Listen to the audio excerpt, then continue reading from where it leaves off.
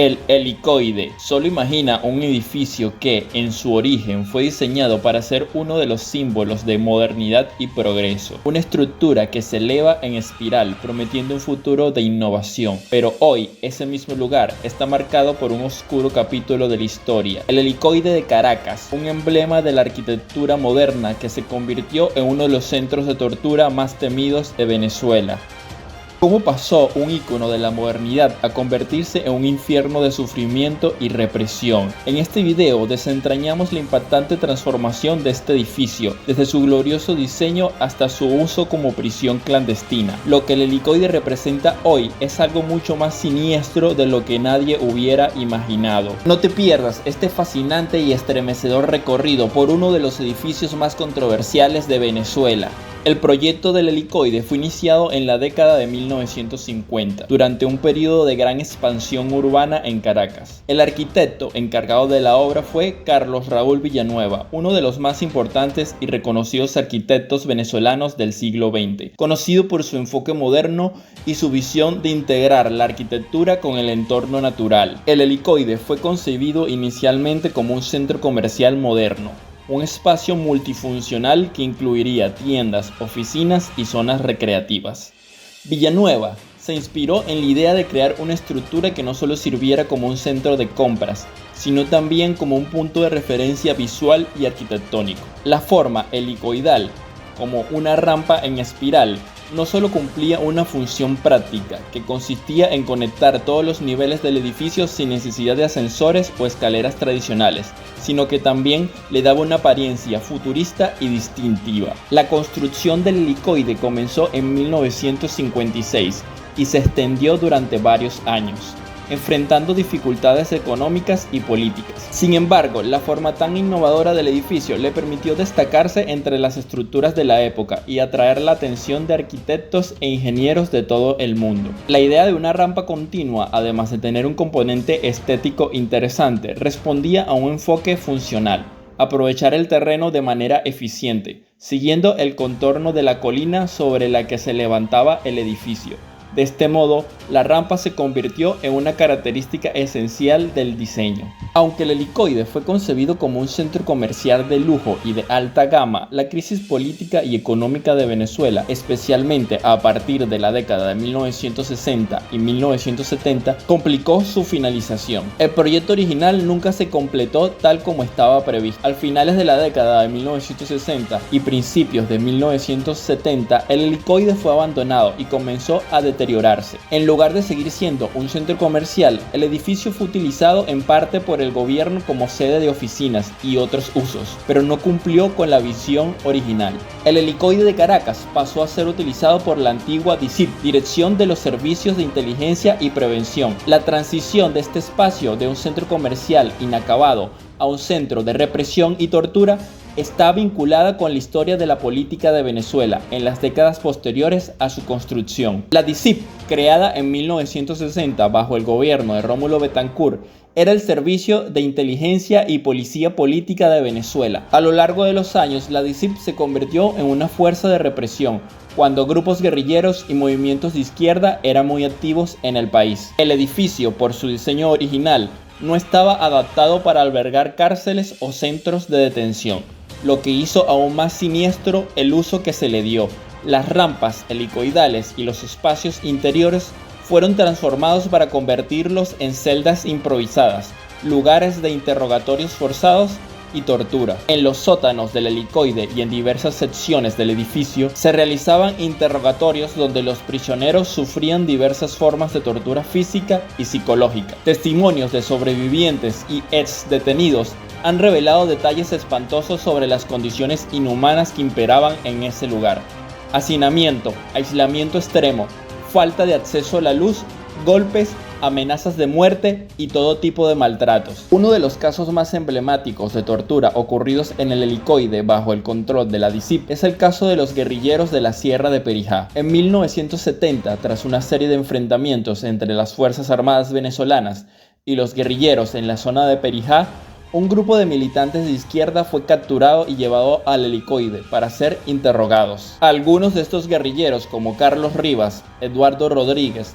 Carlos González, entre otros, fueron arrestados y sometidos a una serie de torturas que les dejaron secuelas físicas y psicológicas permanentes. A lo largo de los años, la DICIT sufrió varias transformaciones políticas y administrativas. Durante el gobierno de Hugo Chávez, la DICIT pasó a ser renombrada como SEBIN, Servicio Bolivariano de Inteligencia Nacional, una institución que, aunque modernizó su estructura, siguió siendo utilizada para la represión política, el espionaje y el control social.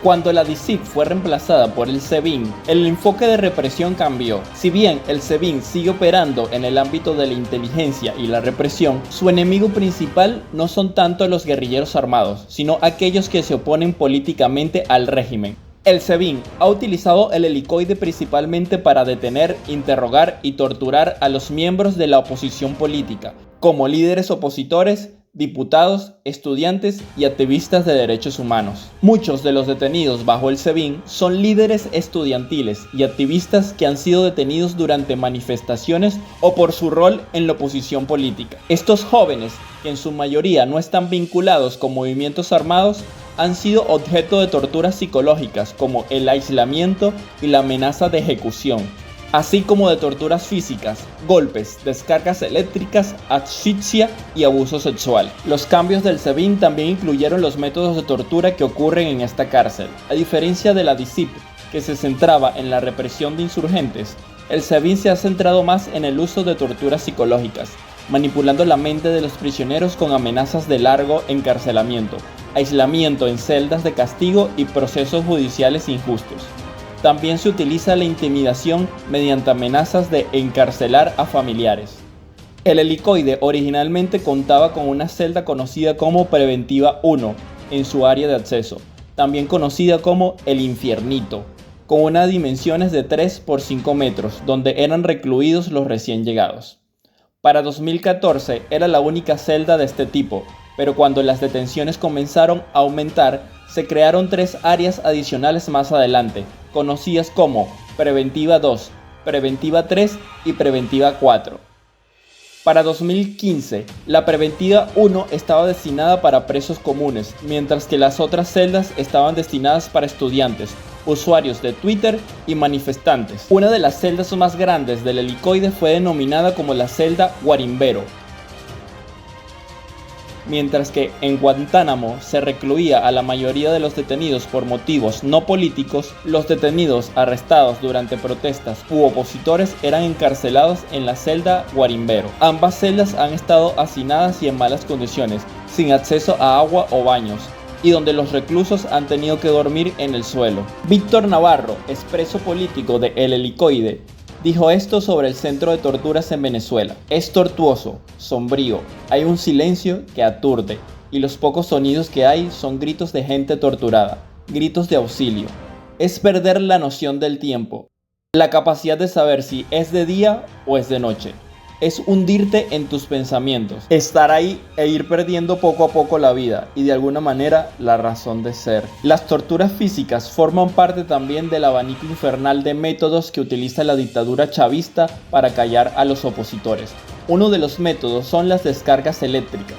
Son utilizadas con el objetivo de inducir dolor insoportable y de someter al prisionero a un estado de desesperación física y psicológica. Las descargas, generalmente administradas en diversas partes del cuerpo, pueden causar no solo un dolor extremo, sino también daños físicos graves y efectos psicológicos duraderos. En muchos casos, las víctimas de tortura con electricidad eran interrogadas bajo una presión extrema, con la intención de proporcionar información o que desistieran de su lucha política.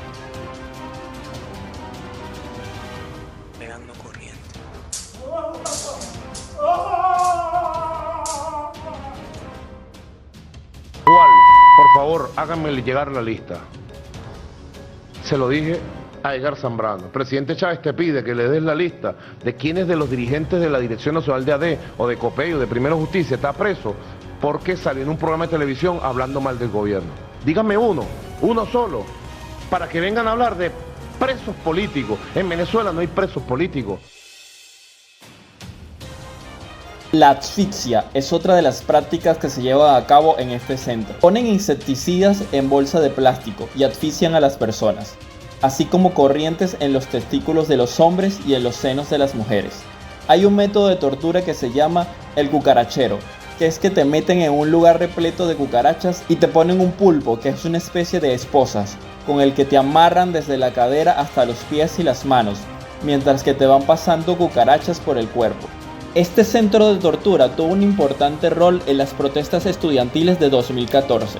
Las protestas de 2014 en Venezuela marcaron un punto de inflexión importante en la represión política del gobierno de Nicolás Maduro. Estas protestas fueron impulsadas por un creciente malestar social debido a la crisis económica, la alta inflación, el desabastecimiento de productos básicos y la represión política.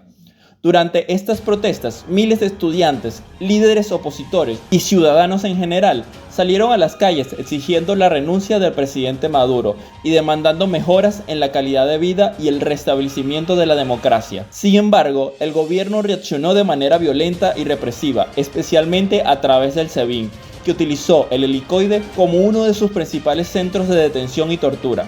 Las protestas de 2014 fueron lideradas principalmente por estudiantes y líderes de la oposición, entre los cuales destacaron figuras como Leopoldo López y María Corina Machado. Estas manifestaciones estuvieron marcadas por una fuerte respuesta represiva por parte del gobierno, que no solo empleó a la Guardia Nacional y a la policía, sino que también a cuerpos de inteligencia como el SEBIN, para reprimir violentamente a los manifestantes.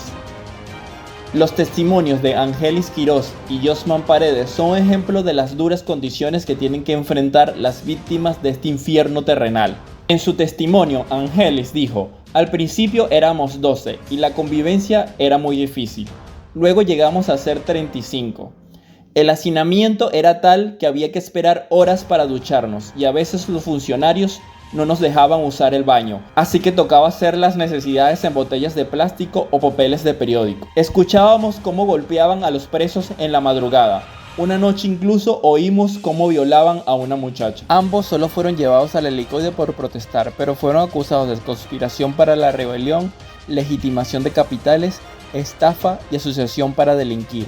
Los dos se conocieron en el helicoide y tuvieron una conexión de amor y resistencia, producto de un castigo a Yosman, que consistió en un cambio de celda a una celda de presos comunes, pero dicho cambio le acercó a la zona del helicoide en la que se encontraba Angelis, y ambos empezaron a recibir visitas en el mismo sitio y a la misma hora, lo que les daba una oportunidad inesperada para compartir como nunca antes. El 23 de diciembre de 2017 ocurrió algo inesperado. En el marco de las negociaciones con la oposición en República Dominicana, finalmente infructuosas, el gobierno anunció la liberación de un grupo de presos. Yosman era uno de ellos y recibió orden de prepararse para salir. Junto a otros, fue llevado a la presencia de Delcy Rodríguez, hoy vicepresidenta, entonces canciller, una de las figuras políticas más poderosas de Venezuela. Pedí hablar en privado con Delcy Rodríguez y le hablé de Angelis, le pedí que también la liberaran a ella, dijo Yosman. En el año 2018, Angelis fue liberada y ambos pudieron casarse. Sin embargo, tienen que presentarse periódicamente ante las autoridades. No pueden salir del área metropolitana de Caracas sin notificarlo y no pueden hacer declaraciones políticas. Este caso forma parte de lo que llaman la puerta giratoria de la dictadura chavista. Es una metáfora utilizada para describir el proceso de persecución, encarcelamiento y liberación de opositores políticos, disidentes y líderes de la oposición en Venezuela bajo el régimen de Hugo Chávez y posteriormente con Nicolás Maduro. Este término refleja cómo ciertos opositores son arrestados y sometidos a juicios políticos y luego liberados bajo ciertas condiciones, solo para ser arrestados nuevamente por cargos similares o nuevas acusaciones. Este ciclo de represión y liberación se repite, creando una sensación de inestabilidad jurídica y un control autoritario constante sobre los opositores. El helicoide fue protagonista en otra oleada de protestas en contra del régimen chavista en el año 2017. Varios de los líderes opositores, estudiantes y activistas detenidos en el contexto de estas protestas dieron testimonios de las condiciones inhumanas y las torturas a las que fueron sometidos. Algunos de los testimonios más relevantes provienen de presos políticos que estuvieron en el helicoide y lograron contar sus historias después de ser liberados. y se sacó la pistola y me la puso en la boca y me la accionó. Me ahorcaron, me asfixiaron y me empezaron durísimo en la pierna. Y yo no sabía qué preocuparme, si por mi pierna o porque realmente ya no estaba respirando. Y pasa el tiempo y pasan los días, de repente uno entiende que las cucarachas no son malas, porque esas son las que nos fallan. Ellas siempre te van a acompañar en cualquier lado. La celda no tiene ventilación natural, no tiene luz natural. Sentía que me iba a morir y mi familia no se iba a enterar ni siquiera por qué me morí. Me desnudaron completamente, me llevaron hasta la celda. Lo primero que yo siento cuando entro ahí es el frío, impactante. Eso es un frío que te arropa, que no te puedes escapar. Con mucha frecuencia escuchaba los gritos de cómo los torturaban. A mí me tocó ver varias veces cómo les caían golpes y los hacían correr desnudos. Me tocó presenciar una sesión de tortura por media hora a un preso.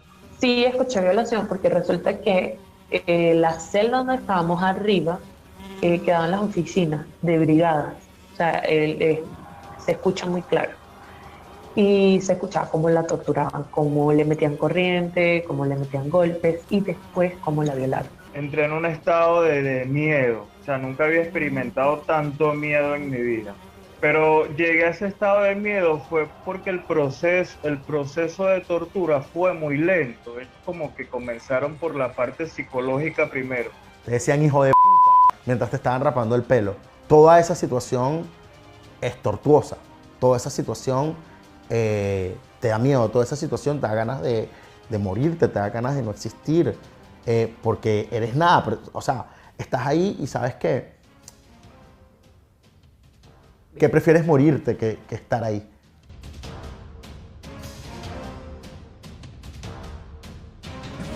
Una referencia moral. Les agradezco este regalo, este presente institucional que me dan. Es muy significativo. Ahí está su sede nacional, ahí están sus distintas funciones. Es muy significativo y representativo. Les agradezco, muchachas, muchachos. Que Dios me lo bendiga, lo recibo con mucho amor. Muchas gracias. Después de estas protestas del 2017, el Helicoide siguió siendo partícipe de torturas contra opositores, como el caso del diputado Juan Requesens, uno de los jóvenes líderes opositores con más proyección de liderar el movimiento opositor. Juan Requesens dio un contundente discurso un 7 de agosto de 2018. Horas más tarde fue detenido por cuerpos de seguridad del Estado, señalado por el presunto intento de magnicidio contra Nicolás Maduro unos días antes. Y a mí Nicolás Maduro me va a decir que es que yo no puedo protestar, que es que yo no puedo manifestar, que es que yo no puedo hablar duro, que es que yo no lo puedo señalar y que yo no puedo decir que es que son una parranda de asesinos corruptos ligados a los peores crímenes que ha vivido esta república. Claro que lo voy a seguir diciendo y lo voy a decir cada vez que pueda y los voy a señalar porque el arma de nosotros los políticos es el verbo, es la fuerza, es la voz y las ganas de cambiar. Yo me niego a rendirme, yo me niego a arrodillarme frente a quienes hoy pretenden quebrarnos la moral. José Manuel Olivares sí hizo lo que tenía que hacer, sacar a su familia. Y muchos hermanos de nosotros están hoy fuera de nuestro país. Muchos están bajo tierra porque los mataron, porque los mataste, Nicolás. Lo que yo sí quiero reafirmar hoy y lo que yo le quiero decir a este pueblo es que nosotros vamos a seguir haciendo todo lo que nosotros podamos hacer para lograr lo que hoy toda Venezuela quiere, que es sacar a Nicolás Maduro del poder. Los cuerpos de inteligencia lo relacionaron con el intento de magnicidio que, a través de drones, hubo contra Nicolás Maduro 2 días antes, durante los actos de la celebración de la Guardia Nacional Bolivariana. A la Venezuela consciente, vamos a apostar por el bien de nuestro país. Ha llegado la hora de la recuperación económica y necesitamos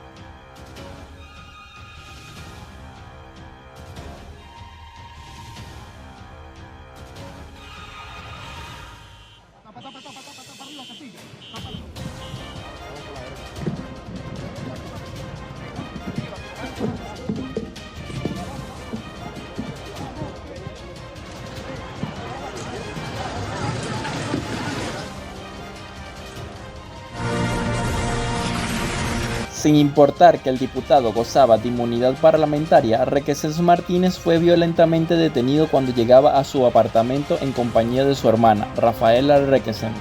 Incluso el SEBIN publicó un video donde se lo ve como si no controlara su voluntad, con ropa interior llena de excremento, mientras que es fotografiado.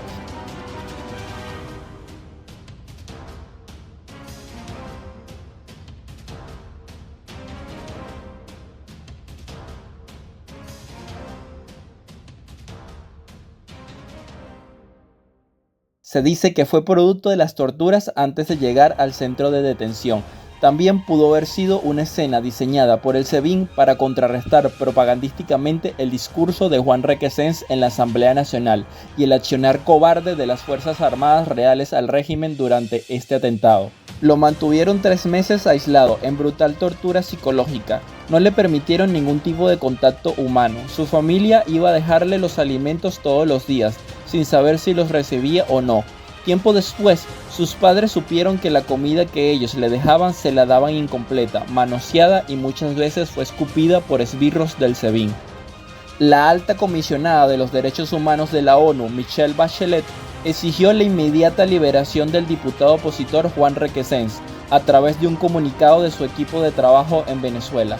Durante su tiempo en el helicoide, Requesens estuvo aislado, sin acceso a sus abogados por varios días, y fue sometido a un proceso judicial marcado por irregularidades y abusos. El trato que recibió fue extremadamente duro. En varias entrevistas, su familia y sus abogados denunciaron que, en los primeros días de su detención, Requesens fue violentamente interrogado y amenazado.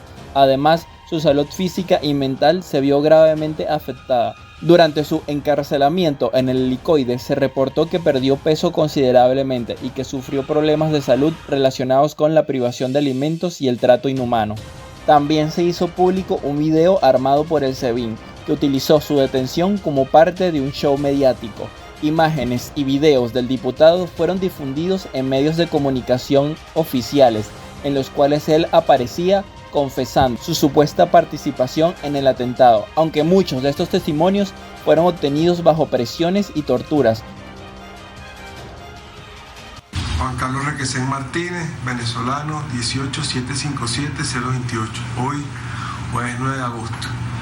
Hace varias semanas fui contactado por Julio Borges, quien me pidió el favor de pasar a una persona de Venezuela a Colombia. Se trataba de Juan Monasterio. Me contacté con él a través de la mensajería.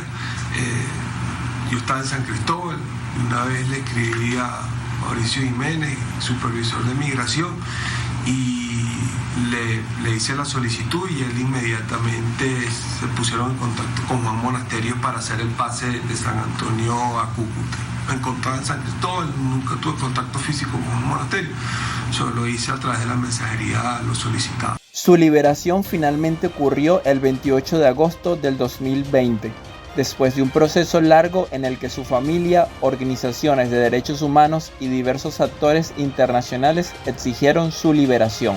Cuando Juan Requesens fue liberado, su estado físico y mental era alarmante. A pesar de que había sido liberado bajo medidas cautelares, su salud se encontraba muy deteriorada.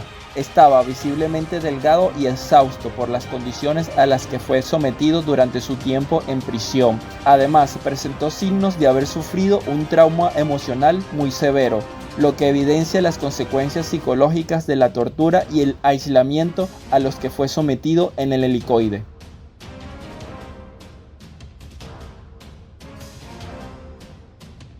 El caso de los abusos de los derechos humanos en Venezuela ha llegado a la Corte Penal Internacional, tras un análisis preliminar iniciado en el 2018. La Corte comenzó a investigar si el régimen de Nicolás Maduro cometió crímenes de lesa humanidad como parte de una política sistemática de represión contra la oposición y los opositores políticos. Los abusos ocurridos en el helicoide han sido parte fundamental de esta investigación. El fiscal de la Corte Penal Internacional, Fatou Bensouda, abrió una investigación preliminar en el 2018 sobre la situación en Venezuela. Según un informe de esta corte, en el 2020 las violaciones de derechos humanos en Venezuela podrían constituir crímenes de lesa humanidad, en particular los actos de tortura y desaparición forzada perpetrados por las fuerzas de seguridad venezolanas, incluidos los funcionarios del SEBIN. Luego, Karim Khan, quien asumió como fiscal de la Corte Penal Internacional en junio de 2021, continuó con la línea de investigación. En su mandato, la Corte autorizó formalmente abrir una investigación sobre los presuntos crímenes cometidos en Venezuela, específicamente con los actos de tortura, desapariciones forzadas, asesinatos extrajudiciales y otros crímenes de lesa humanidad perpetrados por el gobierno de Nicolás Maduro. Aunque la Corte Penal Internacional ha iniciado este proceso de investigación, aún no ha llegado a una fase formal del juicio. El gobierno de Venezuela ha rechazado las investigaciones de la Corte y ha señalado que son parte de una conspiración internacional en contra del país. La falta de cooperación del gobierno venezolano y la imposibilidad de acceder a pruebas dentro del país dificultan que la Corte pueda completar su investigación con eficacia. En noviembre de 2021, la Corte autorizó formalmente una investigación sobre los crímenes de lesa humanidad cometidos en Venezuela. El helicoide es por hoy un símbolo de represión y de violaciones sistemáticas de derechos humanos bajo el régimen de Nicolás Maduro. La denuncia de su uso como centro de tortura ha sido recurrente tanto en organismos internacionales como en organizaciones locales. A pesar de los esfuerzos de la comunidad internacional, incluidos el trabajo de la Corte Penal Internacional, el régimen de Maduro ha continuado con su política de represión y persecución política, sin rendir cuentas por las graves violaciones cometidas. Venezuela sigue siendo un país donde el autoritarismo y la impunidad prevalecen y donde los presos políticos continúan siendo víctimas de torturas y tratos crueles en lugares como el helicoide. La Corte Penal Internacional continuará sus investigaciones, pero la falta de acceso a información y el desdén del gobierno complican el camino hacia la justicia para las víctimas de estos crímenes. Después de haber visto esta historia sobre este centro de represión y de conocer este infame capítulo de la dictadura chavista en Venezuela, ¿piensas que los mecanismos de justicia internacional lograrán detener los abusos y las torturas? No te olvides suscribirte al canal y activar las notificaciones. Nos vemos en una próxima entrega, donde cruzaremos juntos una vez más la frontera oscura.